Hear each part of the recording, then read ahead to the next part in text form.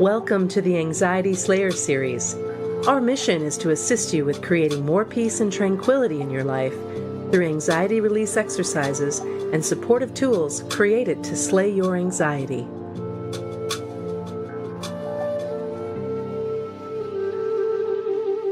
Today's Anxiety Slayer podcast is brought to you by the Anxiety Slayer Academy.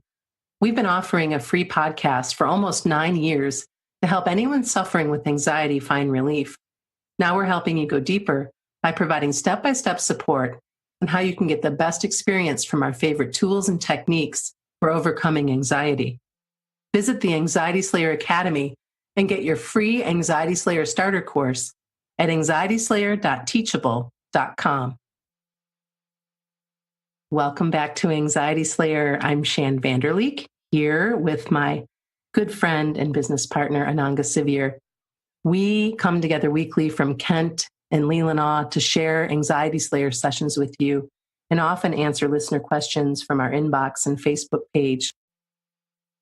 This week, we're talking about the fear of suffocation and hyperventilation, which can be really, really scary. A few members of our private Facebook group have shared their fears about suffocation and hyperventilation, and one even shared how this fear has become an anxiety trigger after suffering a panic attack where they felt like they couldn't breathe. And now, months later, that fear of not being able to breathe is still coming up as an anxiety trigger. So Ananga and I thought this would be a good topic for us to discuss today. Welcome back, Ananga. Hey, Shan. It's always a pleasure to be with you for another episode of Anxiety Slayer. And today we're really going to be talking about that daunting discomfort that comes when you feel like you can't breathe. Yeah, it's a really horrible sensation. How it still haunts us so far after we've had an anxiety attack is that our mind gets really scared that this could happen again. So we develop a fear of the situation, a fear of not being able to breathe. And we might all know, but I'll mention it here because people have told me this is reassuring information. It's actually very difficult for us not to breathe. Even if we go unconscious, our body will continue breathing for us or resume breathing for us if there's been an interruption. And it's not possible for our airways to collapse without physical injury. They're designed by a genius to stay open, to stay functional, with these C-ring shaped pieces of cartilage all the way down the windpipe, holding it open. It's very, very clever.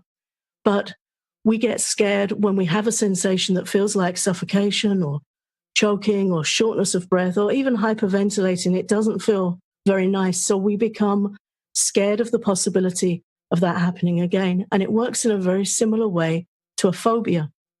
When we're scared of heights or crowds or spiders, we prompt ourselves, our mind prompts us not to go to those places in case we might encounter something we're afraid of. What happens with anxiety about physical sensations is it's like a phobic response, but it's inside us, which is an especially difficult and horrible situation because we can't get away from ourselves, though we may try by distraction, by movies, social media, alcohol. We may try to get out of our head and get away from ourselves, but we can't really, truly escape the situation because it's an inside experience. And thankfully, it can be overcome. And as you and I have mentioned many times, that understanding what's going on in your body and in your mind is the first step. And learning tools to release that trigger, the trauma of the triggering event, so that you can build your confidence in your body's consistent ability to provide calm and steady breathing. Because that is what's going to happen. You build that confidence day by day, and eventually you'll be able to release that trigger altogether. So to talk more about understanding what's going on, and this is something that we presented quite an in-depth module on in our free course, which you can find at anxietyslayer.teachable.com. There's a whole section in that course on how the fear of anxiety works and how you can help yourself overcome that. So what happens when we have an anxiety or panic attack is it leads to a hypervigilant state. We start watching ourselves. Sometimes people say, I've become fixated on my breathing. I've become fixated on the symptoms of my anxiety. It's the same kind of thing as somebody goes on a picnic and they become fixated on the four corners of the blanket in case a bug's going to come on the blanket. It's that kind of situation.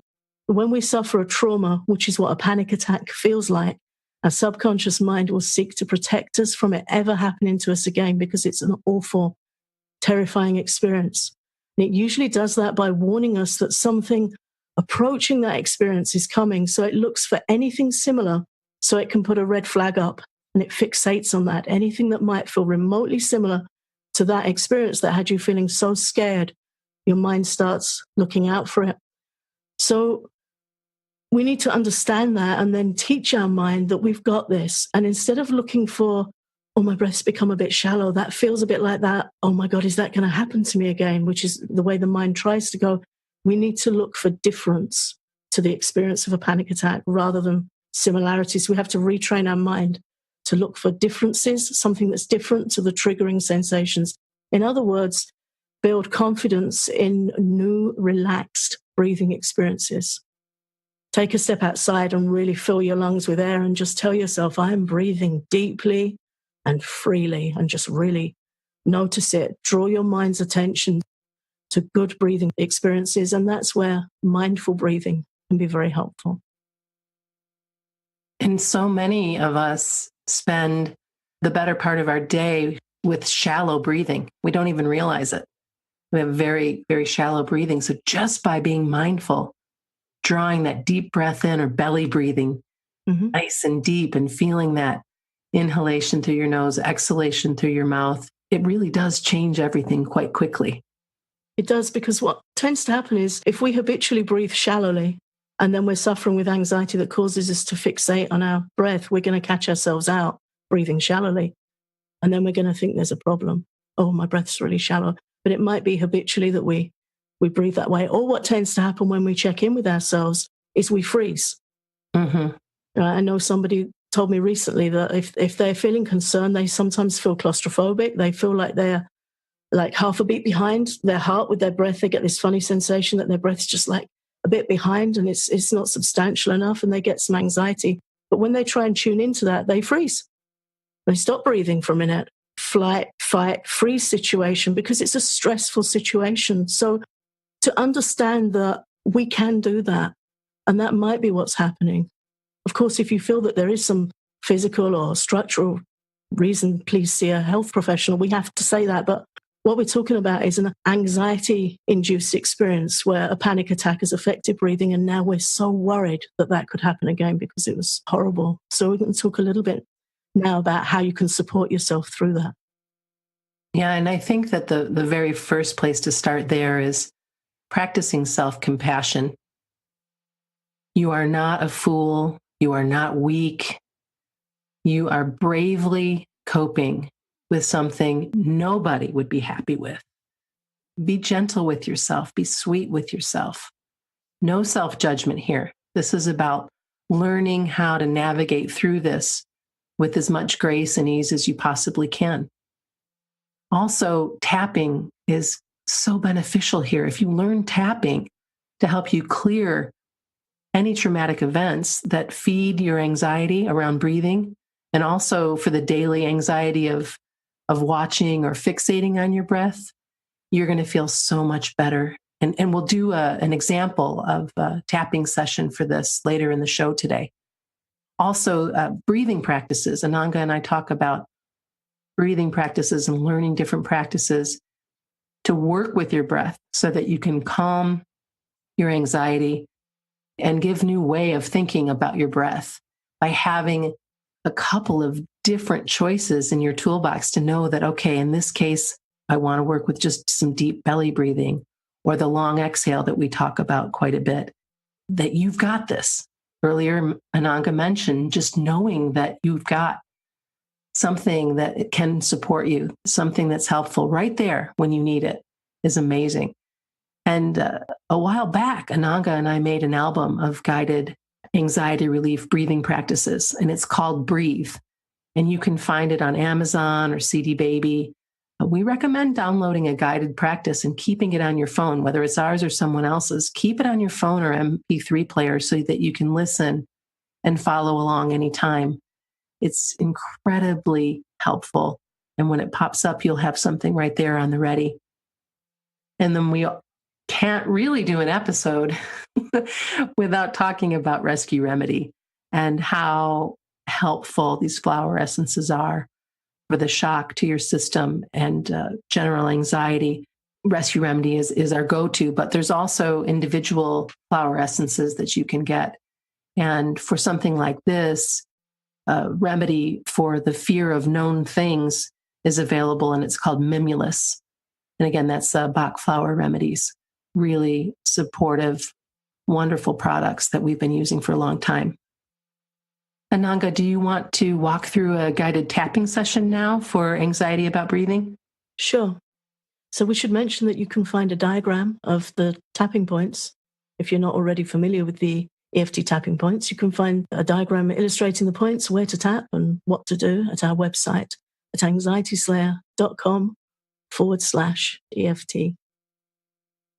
The originator of EFT is a gentleman called Gary Craig, and he used to teach an exercise which he called the constricted breathing exercise, which was a convincer for people when they were first learning EFT tapping. He'd tap you through the points. Before he began, he would ask people to take a deep breath. You can do it with me now. Take a deep breath, and out of 10, estimate how much you can fill your lungs. So 10 out of 10 would be the maximum full lungs, and 0 out of 10 will be empty lungs. Have a feel about how much air you can get in your lungs. And then he would get people to tap the EFT tapping points through. And at the end of the exercise, everybody would say that their number had increased, that their sense of capacity of how much air they could bring into their lungs was increased.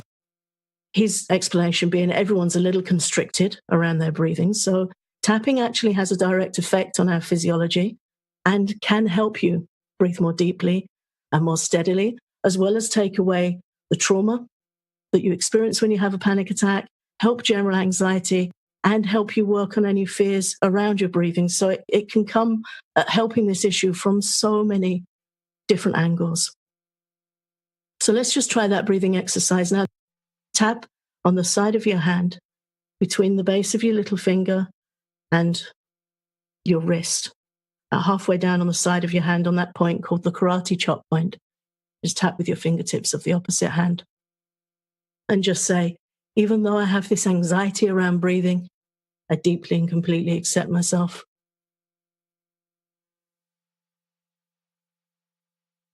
Even though I'm afraid that my breathing's constricted, I deeply and completely accept myself.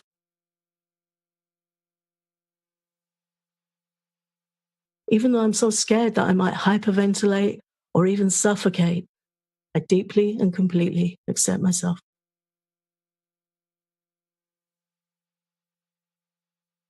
And you take a couple of fingers and start tapping on the first point at the beginning of your eyebrow. This anxiety around my breathing. Tapping on the outside corner of your eye, this constriction in my chest. And tapping on the point under your eye. All this anxiety about breathing. Tapping under your nose. Scared I'll hyperventilate. Tapping on your chin. Scared I could suffocate. Tapping on your collarbone. This fixation on my breathing. And then come back up again to start tapping at the beginning of your eyebrow. All this fear around my breathing. Tapping on the outside corner of your eye. Fear of not being able to breathe.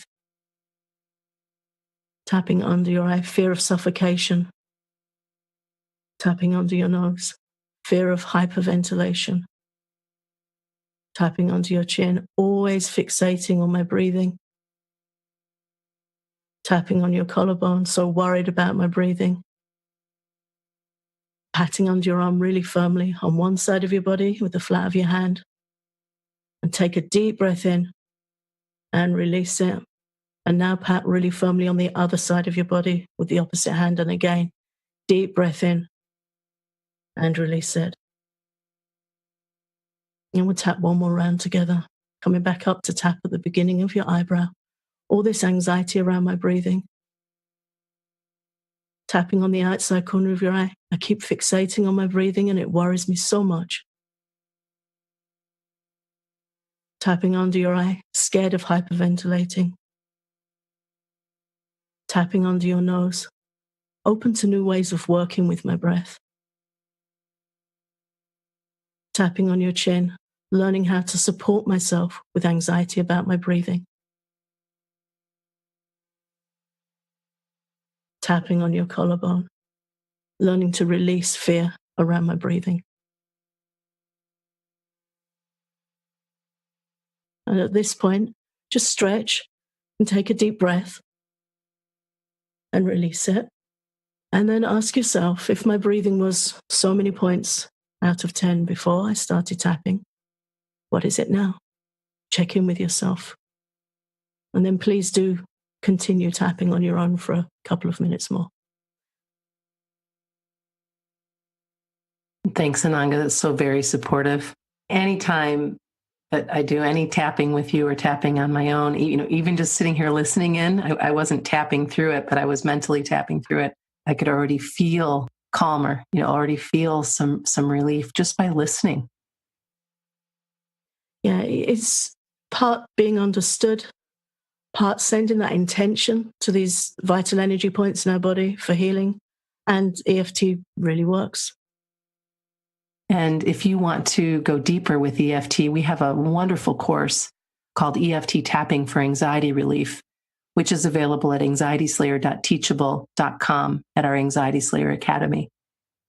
Thank you so much for listening in today. We love that you come back week after week and enjoy supporting you to the best of our ability. And thanks, Ananga.